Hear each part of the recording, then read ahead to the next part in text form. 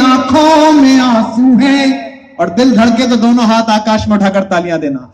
यहां सब लोग कहते हैं मेरी आंखों में आंसू है, जो तू समझे तो मोती है, जो ना समझे तो पानी है। कि मेरे जीने में मरने में तुम्हारा नाम आएगा। वाह करो। मेरे जीने में मरने में तुम्हारा नाम आएगा। मैं सांसें रोक लूं फिर भी यही इल्जाम आएगा। मैं भी योग, ये जैसा हमारा कहा चला गया वीरस वाला, तलवार लेके निकल लिया। उसे समझ में आ गया कौन सा किला है जो इस समय फतेह हो सकता है। मैं तो सब चाहता हूं, देखो मैं योग भी करूं। मैं अभी गांव गया, अपने गांव में, तो मैंने देखा कि पड़ोस में चौधरी साहब रहते थे, चौहान साहब, इसके भी रिश्तेदार हैं। तो उनका लड़का मिला, गंजा, सिर मुंडा हुआ। तो मुझे लगा कोई फैशन हो गया होगा। मैंने कहा ये क्या हुआ? तो बोले जी पिताजी नहीं रहे। मैंने कहा जवान आदमी थे ताऊ, तो कहां चले गए? तो उसने कहा जी वो सुबह सुबह योग देख रहे थे, उसमें निकल लिए। मैंने कहा योग में कैसे निकल गए? बोले लाइट कम आती है यूपी में, सुबह सुबह स्वामी जी प्रकट हुआ, उन्होंने कहा लंबी सांस अंदर खींचो। पिताजी ने खींच ली, फिर लाइट चली गई। जब तक लाइट आई तब तक पिताजी निकल लिए।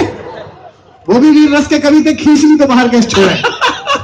तब पंक्तियां सुनाता हूं, निवेदन करता हूं कि मेरे जीने में मरने में तुम्हारा नाम आएगा। वाह। मैं सांसें रोक लूं फिर भी यही इल्जाम आएगा। सबसे बड़ी समस्या विनीत ये हो रही है कि वो पीछे वाले छोरे तो अभी तक मस्त है, उन्होंने तो हथेली गुजा रखी है तालियां बजा बजा के, वो तो प्रसन्न है। ये आगे जो आए ना विशिष्ट, इनकी बड़ी तकलीफ है। और इनमें से भी कई बार पत्नी के साथ आए तो वो प्रेम की कविता पे वाह करने से पहले भी लुगाई की ओर देखता, करूं कि नहीं करूं। उसे लगता है वाह वाह करने के चक्कर में घर जाकर तालियां बजा दी एक बार। कुमार को लगे कि जयपुर से उसी प्यार से सुनता है जिसे पूरा वर्ल्ड उसे सुनता है। वाह। नहीं, समस्या क्या है मैं आपको बताऊं जगदीश भाई, हम जो विवाहित लोग हैं, मैं तो क्या करूं, आप बताइए मेरी यहाँ शादी हुई है, इसके बाद भी अगर आप पेमेंट ना बढ़ाएं तो आप बहुत खराब रिश्तेदार, हमारे का मतलब। तब भी बिना दहेज के भेज दिया तो आप भी ऐसी कर रहे हो। लेकिन मैं आपको बताऊं, ये जो विवाहित आदमी है, इसका जो दमन है वो धीमे धीमे किया जाता है। जैसे हर विवाहित पुरुष जब शाम को 7-8 बजे घर पहुंचता है, उसके जीवन में एक शाश्वत सवाल पत्नी पूछती है, जिसे सुनने के बाद वो तुरंत निर्वाण को प्राप्त हो जाता है। जैसे जाके वो बैठेगा, कपड़े बदलेगा, घरवाली बड़ा रोमांटिक मूड बना के कहेगी और खाने में क्या बना ले। और इस सवाल को सुनते ही उसका मुंह ऐसा हो जाता है जैसे मनमोहन सिंह से लोकपाल मांग लिया हो। कि मैं कहां से दूं यार। अच्छा, आप उसे टालने के लिए कहते हैं कि कुछ भी बना लो, कुछ नहीं, तुम बताओ ना, अपने हिसाब से बताओ, ऐसी क्या बात है, घर तुम्हारा भी है। अब आपकी साझेदारी आई पहली बार, फिर आप बहुत जोर लगा के कहते हो दिमाग पे, ऐसा करो भिंडी बना लो, भिंडी कल तो बनी थी, तुम्हारा घर में मन है तो पता चले ना तुम्हें। तुम तो रोटी खाते में भी ऑफिस है तुम्हारा। अब वो आदमी बेचारा प्रॉब्लम में आ गया, उसने कहा अच्छा ऐसा करो, सॉरी यार, टिंडे बना लो, टिंडे। पिंटू को पसंद नहीं है, बच्चों को क्या पसंद है क्या नहीं पसंद है तुम्हारा तो मतलब ही नहीं है। मैं डाउनलोड मैं नहीं करे, तुम थोड़ी लाए थे कहीं से।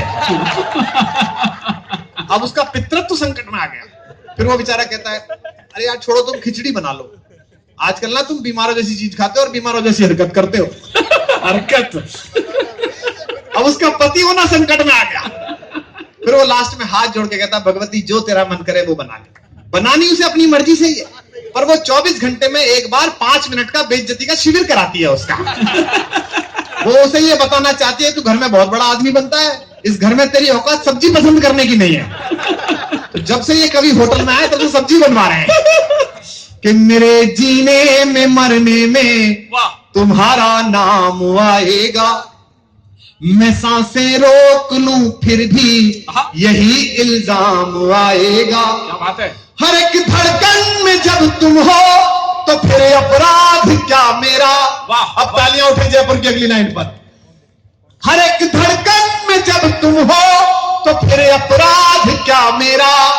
अगर राधा पुकारेगी तो फिर घनश्याम आएगा।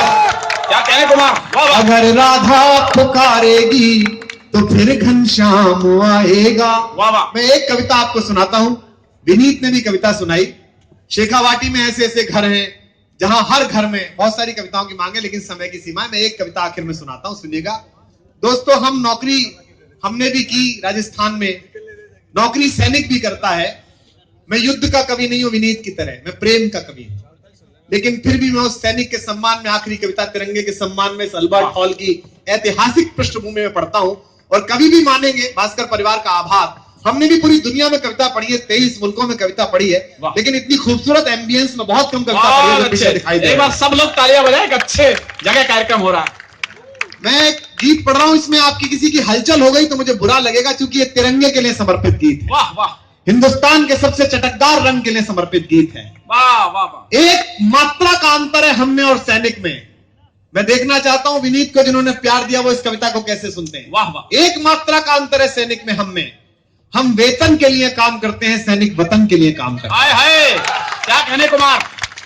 तब एक कविता सुना रहा हूं, सरहद पर खड़े सिपाही के नाम, जो मैंने कारगिल के दौरान लिखी थी जब मैं वहां गया था। इस कविता को सुनिए, बढ़िया करता हूं। वाह वाह कि शोहरत न अता करना मौला। वाह वाह वाह वाह। आसपास से कोई हिले तो उसे बिठा लेना, कहना तिरंगे की स्तवन चल रहा है, वंदना चल रही है, अब उठना जायज नहीं है, ये लोकसभा नहीं है कि कोई कहीं भी उठ जाएगा।